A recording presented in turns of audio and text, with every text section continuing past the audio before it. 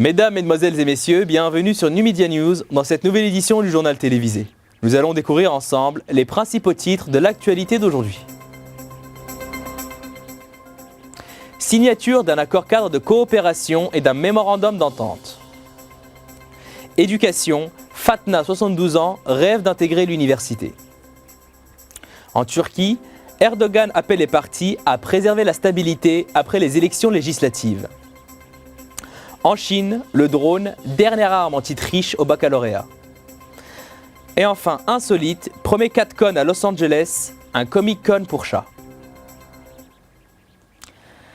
Un accord cadre de coopération et un mémorandum d'entente sur les consultations politiques ont été signés ce lundi à Alger entre l'Algérie et la Guinée équatoriale à l'occasion de la visite d'État du président de la Guinée équatoriale, Obiang Nguema Mbasogo. Les deux documents ont été signés par le ministre d'État, ministre des Affaires étrangères et de la coopération internationale, Ramdan Lamamra, et son homologue équato-guinéen, Agapito Mba Mokai, en présence du président du Conseil de la Nation, Abdelkader Ben Salah, et du président Mbasogo. Cette signature constitue un prélude pour le renforcement des relations et du partenariat entre les deux pays, a souligné le président équato-guinéen. Il a relevé que les progrès réalisés par l'Algérie en matière de développement constituent un exemple pour son pays, exprimant son souhait d'œuvrer conjointement vers un partenariat positif à l'avantage des deux pays. Monsieur Mbasogo a plaidé pour le développement des relations bilatérales sur toutes les formes possibles susceptibles de rapprocher les deux pays. A rappelé que les entretiens entre les deux chefs d'État Bouteflika et Mbasogo leur avaient permis également de passer en revue des questions régionales et internationales d'intérêt commun, notamment la sécurité et la paix en Afrique, ainsi que le développement économique et social du continent.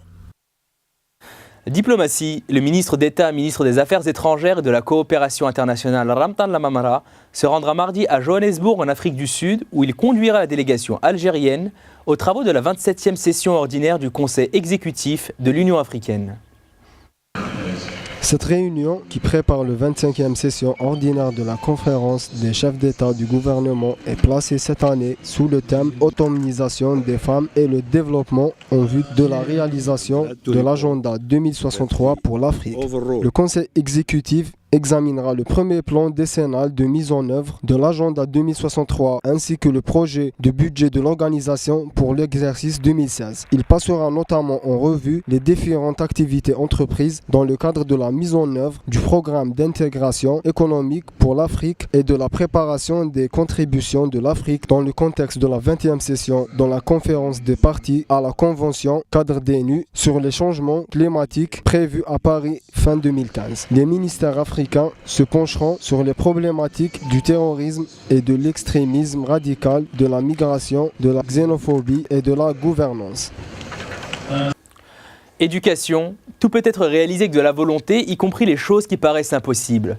L'histoire de Sba'a Fatna, 72 ans, native de Hassi Bahbah dans la wilaya de Djelfa, est l'illustration parfaite de la volonté de faire de cette septuagénaire qui a réussi à gagner son pari contre l'illettrisme et s'apprête aujourd'hui à ouvrir une autre porte devant la mener directement vers les bancs de l'université.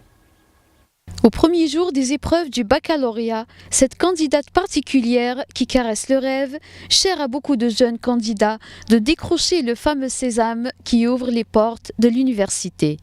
Fatna a grand espoir que son rêve se concrétise enfin, après de laborieuses années passées à décoder les mystères de la langue, elle qui n'a jamais mis les pieds dans une école. Elle a avoué, la gorge nouée d'émotions, son long combat contre l'illettrisme, ses premiers contacts avec la lettre, puis le mot et enfin la phrase. Sa participation au bac est une sorte de compétition vis-à-vis de candidats qui ont l'âge de ses petits-enfants. 133 scouts algériens ont pris part à Zemmouri el-Bahri, à l'est de Boumerdès, au camp scout national L'Olivier, pour préparer le jamboree international prévu du 28 juillet au 8 août prochain au Japon. Ce camp préparatoire d'une durée de 3 jours a été ouvert par le commandant général des scouts musulmans algériens, Mohamed Bouallag, en présence du représentant de l'ambassade du Japon en Algérie et d'une délégation d'invités. La délégation algérienne sera la plus importante délégation arabe à participer à ce rassemblement international des scouts, a indiqué le commandant général des scouts musulmans algériens.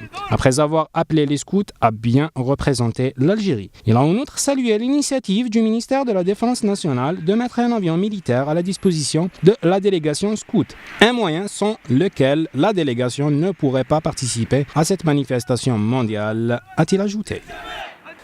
Le bilan des morts dans le village d'El Janoudia, bombardé par l'armée de l'air du régime, s'est élevé à 49 civils dont 6 enfants, selon une ONG des droits de l'homme basée à Londres, OSDH.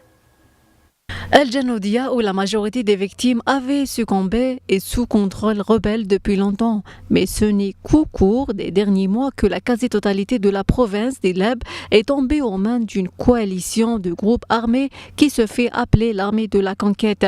Un cocktail du front Al-Nusra, branche d'Al-Qaïda et d'autres groupes terroristes de la rébellion. Au Caire, des représentants de l'opposition syrienne ont entamé ce lundi une réunion de 2 jours au Caire pour tenter de créer un nouveau regroupement élargi de l'opposition et d'adopter une charte nationale. L'idée de cette conférence sur la Syrie est de trouver une alternative à la coalition de l'opposition principale, regroupement en exil soutenu par l'Occident et par certains pays arabes, mais aussi par la Turquie, notamment en élargissant à d'autres groupes et en la rendant indépendante financièrement et politiquement des puissances étrangères, selon Haytham Mana, un opposant de premier plan et l'un des co-organisateurs de la conférence. En Turquie, le président Recep Tayyip Erdogan a appelé ce lundi les partis politiques à agir avec responsabilité afin de préserver la stabilité en Turquie au lendemain des élections législatives marquées par un sérieux revers de son parti. Dans un communiqué, le chef de l'État acte des résultats des élections et plaidé pour la formation d'un gouvernement de coalition. Les résultats actuels ne donnent l'opportunité à aucun parti de former à lui seul un gouvernement, a-t-il relevé. Le Parti de la Justice et du Développement AKP, qui dirige seul la Turquie depuis 13 ans, est arrivé largement en tête du scrutin avec 40,8% des voix, mais il a perdu sa majorité absolue au Parlement, n'obtenant que 258 des 550 sièges de députés. Derrière lui, le Parti républicain du peuple CHP, social-démocrate, a recueilli 25% des voix et 132 sièges de députés. Le Parti de l'Action nationaliste, MHP droite, 16,3% et 80 sièges. Le Parti démocratique du peuple, HDP pro-kurde, 13,1% et 80 sièges. Ce scrutin a enterré le rêve d'Erdogan de réformer la Constitution pour instaurer un régime présidentiel fort. Ce projet, dénoncé par tous les autres partis comme une dictature constitutionnelle, l'a imposé à l'AKP d'obtenir au moins 330 sièges pour l'adopter seul. Au Ghana, près de 10 000 personnes ont été affectées par les inondations et l'incendie qui a fait plus de 150 morts la semaine dernière à Accra, a indiqué la Croix-Rouge lundi au premier des 3 jours de deuil national décrétés par le gouvernement. Au total, près de 9250 personnes ont été affectées par les inondations et l'incendie. 1125 maisons ont été endommagées et 67 personnes ont été hospitalisées, a déclaré le coordinateur de la Croix-Rouge. La cérémonie à la mémoire des victimes est prévue pour ce mercredi, près du rond-point où a eu lieu l'incendie. Le gouvernement a demandé à la population de se vêtir en noir en signe de deuil. Le président ghanéen, John Dramani Mahama, y assistera également. 2 jours de fortes pluies torrentielles ont semé le chaos à Accra, submergeant des quartiers entiers. Des hauts responsables de 26 pays d'Afrique de l'Est et du Sud, réunis en Égypte, ont annoncé qu'un traité de libre-échange englobant la moitié orientale du continent était prêt à être signé ce mercredi lors d'un sommet des chefs d'État. L'ensemble regroupera les pays du marché commun des États d'Afrique australe et de l'Est, COMESA, et de la Communauté d'Afrique de l'Est, EAC, et de la Communauté de développement d'Afrique australe, SADC, soit plus de 625 millions d'habitants et plus de 1000 milliards de dollars de PIB, équivalent de 900 milliards d'euros. Couronnant 5 ans de négociations un peu plus longues que prévu, le sommet de Sharm el-Sheikh ce mercredi sera l'acte de naissance de la zone tripartite de libre-échange ou de la tripartite, ou la tripartite tout court, un grand marché commun unissant 26 des 50 pays africains et créant un cadre pour aller vers des tarifs douanières préférentiels. Le texte est complet et prêt à être signé par les chefs d'État ce mercredi.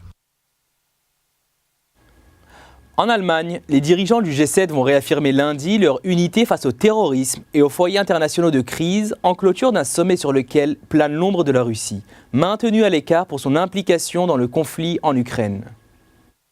Le communiqué final de la réunion au château d'Elmo en Bavière devait reprendre à son compte, à l'adresse du président russe Vladimir Poutine, la fermeté des Occidentaux, partisans de maintenir leurs sanctions contre Moscou, exprimées ce dimanche. La chancelière allemande Angela Merkel a prédit un signal d'unité sur cette question. Au premier jour de la rencontre, le président américain Barack Obama et Mme Merkel avaient estimé que les sanctions devaient rester en place jusqu'à ce que la Russie respecte la souveraineté ukrainienne. La crise grecque est revenue ce lundi à la table des dirigeants, rejoint par la patronne du FMI, Christine Lagarde. Peu avant un entretien Hollande-Obama, la France a appelé les États-Unis à user de leur influence pour assouplir les exigences du FMI à l'égard d'Athènes. La dernière journée du sommet d'Elmo était en grande partie consacrée à la lutte contre le terrorisme et à l'aide au développement avec 6 chefs d'État et de gouvernement du Moyen-Orient et d'Afrique. En Chine, plus de 9 millions de jeunes étudiants ont passé ce lundi le redoutable concours d'entrée à l'université qui s'accompagne d'une traque implacable au moyen de tricheries. Une province ayant même fait appel à un drone sophistiqué. Condensé sur 2 jours et qualifié de plus grand examen du monde, le Guokao, le baccalauréat provoque chaque année une poussée de fièvre dans la société chinoise tant la concurrence est féroce pour décrocher le précieux sésame. Sport avec du tennis, le Suisse Stan Wawrinka a remporté ce dimanche le tournoi de Roland-Garros pour la première fois de sa carrière, réalisant l'exploit de s'imposer en finale face au Serbe Novak Djokovic, numéro 1 mondial, 4-6, 6-4, 6-3, 6-4. Stan Wawrinka a déjoué tous les pronostics en finale de Roland-Garros. Le Suisse, 9e joueur mondial, est venu à bout sans trembler du numéro 1 mondial Novak Djokovic en 4-7 dimanche 7 juin à Paris et remporte ce tournoi pour la première fois de sa carrière. Insolite, des milliers de personnes se sont rendues à la première édition de la foire internationale au chat, le CatCon à Los Angeles ce week-end, pour découvrir des vêtements et accessoires au motif de chat et pour certains, adopter l'un des 70 chatons qui attendaient de trouver un toit. C'est la fin de ce journal, merci de nous avoir suivis dans cette édition et à demain sur les antennes de Media News.